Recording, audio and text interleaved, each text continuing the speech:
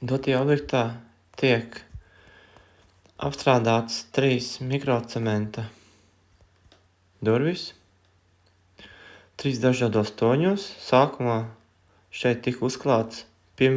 un tagad 2. tonis. Tagad uzklāta divkomponentu laka.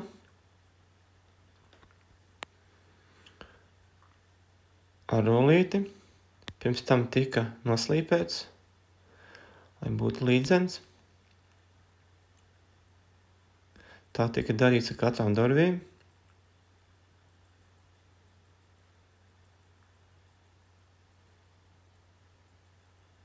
Vienmēr to daram prožektoros, lai var labi redzēt un saskatīt, kā tiek uzklāts. Šeit jau ir tika uzklāta laka, divkomponenti un žūst. Te pielietots Alver mikrocements. Un šeit vēl 2 citi toņi, katrai vannas istabai atsevišķi.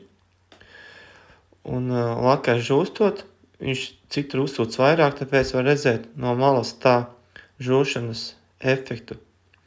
Citur vairāk uzsūc, citur mazāk, bet